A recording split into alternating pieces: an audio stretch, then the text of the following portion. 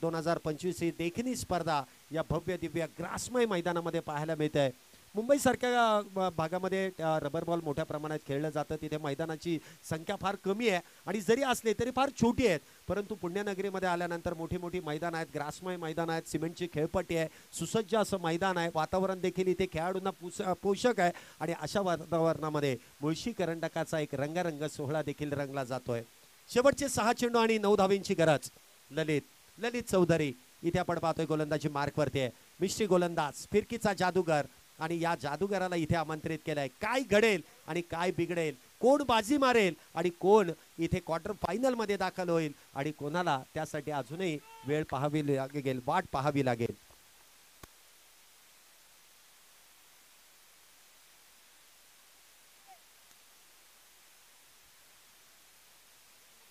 पहिला चेंडू इथे बॅटच्या समोरून वळवलाय, परंतु वळण काहीसा अतिरिक्त आहे। वाईट बॉलचा इशारा केलाय, परंतु इथे जो रिव्ह्यू आहे त्याचा वापर केला जाईल।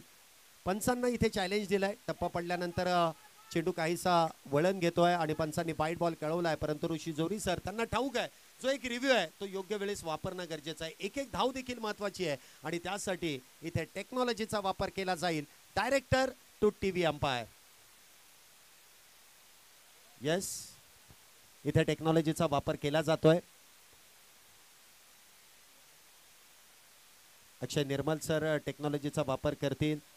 मुख्य पंचांना जे चॅलेंज दिलंय ते योग्य आहे की नाही याची पडताळणी केली जाईल।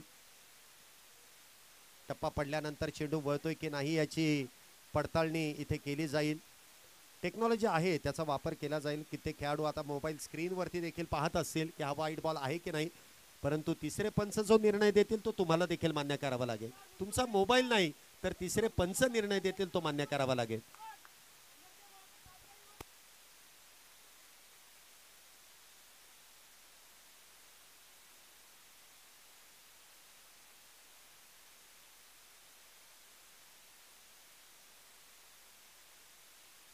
आणि चला इथे मुख्य पंचांचा निर्णय योग्य आहे। Review unsuccessful. अवांतर धावेने धावसंख्येमध्ये वाढ, धावसंख्या 27। अजूनही विजयासाठी 6 चेंडू 8 धावा। इथे बॅटच्या समोरून चेंडू वळवण्याचा प्रयत्न, फॉलो थ्रू मध्ये चेंडू अडवलाय। इथे चेंडू निर्धाव, डॉट, फ्लाइटेड गोलंदाज आहे, म्हणजे आपण पाहतो ना की जो फ्लाइट दिला जातो हवेमध्ये तरंगणारा चेंडू इथे हाताळलाय आणि त्यावरती प्रहार करण्याचा प्रयत्न मुजम्मिल यांचा फसतोय। मॅच संपलेली नाहीये, रोमहर्षक मॅच आहे। काय या खेळाडूंची एवढी मागणी आहे, काय या खेळाडूंना आपण पाहण्यासाठी जमा झालात याचं उत्तर ते खेळाडू देखील देत आहेत। आम्ही हरण्यासाठी नाही तर हा मुळशी करंडक जिंकण्यासाठी आलोय हे चित्र आपल्याला मैदानासमोर आहे। पुढचा चेंडू, पुन्हा एकदा गती परिवर्तन, काय चेंडू वळवलाय, कोणालाही वाटलं नसेल। इथे मात्र धाव घेण्याचा प्रयत्न, काय घडतंय, क्रिकेट मधली आत्महत्या, विश्वजित ठाकूर होतील इथे धावबाद। अजून एका मोठ्या विकेटचं पतन, अजून एक बॅटर, इथे 5वा बॅटर विश्वजित ठाकूर धावबाद होऊन तंबूच्या आश्रयाला। Back to the pavilion.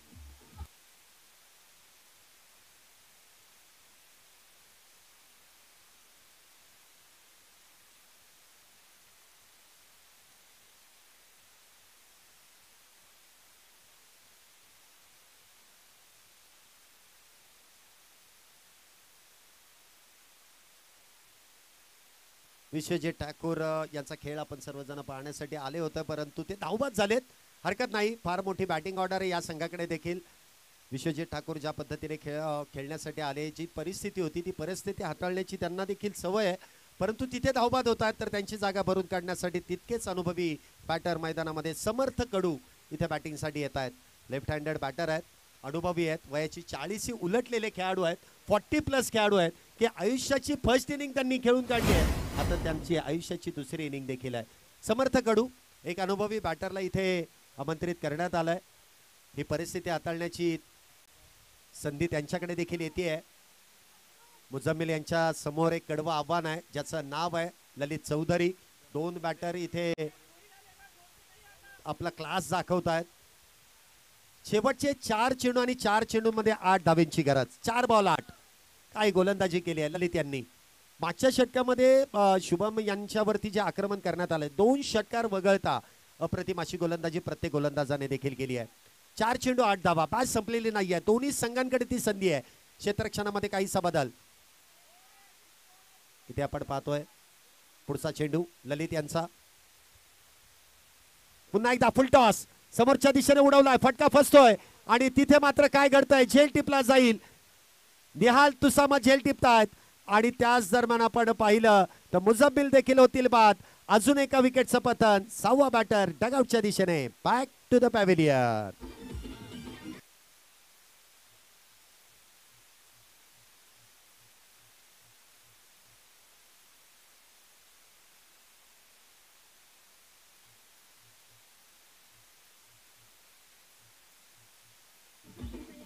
धन्यवाद डीजे. दुग्ध ज्यांचं शुभागमन या क्रीडा नगरीमध्ये होत आहे, धनंजयजी शिंदे साहेबांचं देखील मी मनपूर्वक हार्दिक असं स्वागत. मुशी करंडक 2025 मध्ये शेवटचे 3 चेंडू आणि 8 धावा. बघा सामना कधी इकडे तर कधी तिकडे जातोय. मागच्या षटकामध्ये शुभम यांच्यावरती आक्रमण चढवलं, त्यावेळेस कुठेतरी वाटलं की संविधान ग्रुप डॉन 11 हा संघ बाजी मारेल, परंतु त्यानंतर जे कमबॅक करण्यात आलं, ललित याला त्यासाठीच राखून ठेवलं होतं की शेवटच्या षटकामध्ये ज्यावेळेस संघ अडचणीत येईल त्यावेळेस इथे आपल्या गोलंदाजीची जादू, आपल्या फिरकीची जादू दाखवत असताना संघाला कमबॅक करून देखील दिलं जाईल. शेवटचे 3 चेंडू आणि 3 चेंडूंमध्ये 8 धावेंची गरज आणि बॅटिंगसाठी येत आहेत ते साहिल, आणि या साहिल यांच्यावरती ती जबाबदारी इथे सोपवली जाते. साहिल यांच्याकडे देखील ती ताकद आहे, क्षमता आहे. मी मगाशी सांगितलं या संघाकडे फार मोठी बॅटिंग ऑर्डर आहे. साहिल मानाच्या करंडकामधला मॅन ऑफ द सिरीजचा मानकरी, त्याचबरोबर नुकतीच पावसाळी क्रिकेट स्पर्धेमध्ये देखील इन फॉर्म बॅटर म्हणून या खेळाडूकडे पाहिलं जातं. रबर बॉल स्पेशलिस्ट म्हणून या खेळाडूकडे पाहिलं जातं. ते स्ट्राईकला सज्ज होत आहेत, तर गोलंदाजी मारते फिरकीचा जादूगार. इथे मात्र मोठा फटका खेळलाय आणि आल्या आल्या आपला क्लास दाखवतोय. काय या खेळाडूला rubber ball specialist in form बॅटरची ओळख मिळाली आहे. साहिल यांच्या बॅटमधून गगनाला गवसणी घालणारा फार दूरवरचा षटकार 6 धावेंसाठी.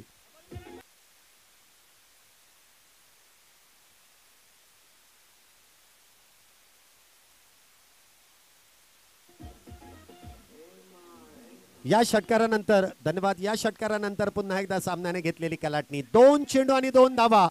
सामना जर बरोबरीत सुटला तर सुपर से ऊपर वाला मॅच, सुपर ओव्हर मॅच. 2 चेंडू आणि 2 धावेंची गरज.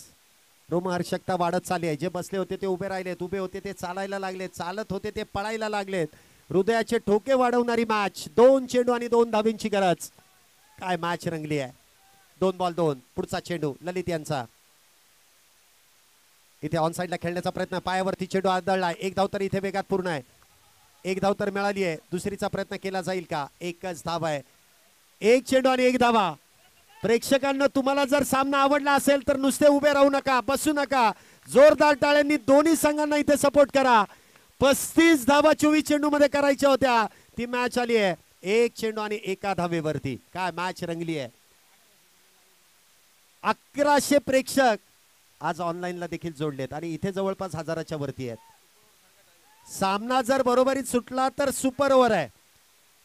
सामना तर बरोबरीत सुटलाय. जर 1 धाव इथे मिळू दिली नाही तर सुपर ओव्हर नक्की होणार. अन्यथा डॉन 11 हा संघ इथे विजय देखील मिळवेल. संविधान 11 डॉन 11. इथे आपण पाहतोय 1 धावेची गरज आहे. समर्थ कडू, एक्सपिरियन्स अनुभव. 1 चेंडू मध्ये 1 धाव करायची आहे. तर दुसऱ्या बाजूला फिरकीचा जादूगर, ज्या गोलंदाजाने आतापर्यंत या सामन्यामध्ये पकड निर्माण करून दिली, रोमहर्षकता वाढवली, ललित चौधरी. इथे आपण मैदानामध्ये पाहतोय एका बाजूला रायगडचे खेळाडू आहेत, तर दुसऱ्या बाजूला आपल्याच पुण्यातील इथे आपल्याला पाहायला मिळतील एरवडा भागातील खेळाडू आहेत. म्हणजे इथे सुरू असलेलं युद्ध आहे रायगड विरुद्ध पुणे. 1 चेंडू आणि 1 धाव. काय होईल क्षेत्ररक्षण आपण पाहतोय अगदी बॅटरच्या अवतीभवती इथे सजवलंय, कारण एका चेंडूमध्ये 1 धावेची गरज आहे. 1 बॉल 1. वारंवार क्षेत्ररक्षणामध्ये बदल केला जातोय. शेवटचा 1 चेंडू आहे. ठाऊक आहे ही 1 चेंडू आणि 1 धावेची जी गरज आहे ती देखील फार महत्वाची आहे. जर सामना सुपर ओव्हर मध्ये गेला तर संधी अजूनही निर्माण होऊ शकते. वारंवार इथे क्षेत्ररक्षणामध्ये बदल केला जातोय. 1 चेंडू 1 धाव. 1 बॉल 1. अजून आकडा वाढत चाललाय. 1300 प्रेक्षक आता ऑनलाईन मध्ये जोडले जात आहेत.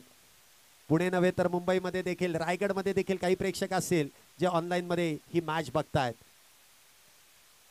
इथे हलक्या हाताने चेंडूला खेळलाय. डायरेक्ट हिटचा प्रयत्न करावा लागेल का? 1 धाव तिथे आरामात पूर्ण केली आहे. आणि आपण पाहतोय इथे अगदी शेवटच्या चेंडूवरती संविधान ग्रुप डॉन 11 या संघाने बाजी मारली आहे. बॅक टू बॅक 2 सामने जिंकले आहेत आणि दिमाखामध्ये क्वार्टर फायनल मध्ये दाखल होत आहेत. विजेत्या संघाचं अभिनंदन करावं लागेल, परंतु हमराज मृत्युंजय या संघाने देखील 35 धावांमध्ये कडवी झुंज इथे दिली आहे. त्याबद्दल त्या संघाचं देखील मनपूर्वक असं अभिनंदन. चला पुढच्या मॅचला आपण लगेच सुरुवात करणार आहोत. एका बाजूला सचिन ढवळे प्रहारी 11 तर दुसऱ्या बाजूला भरतदादा टिंगरे यांच्या मार्गदर्शनाखाली टिंगरे सरकार ग्रुप या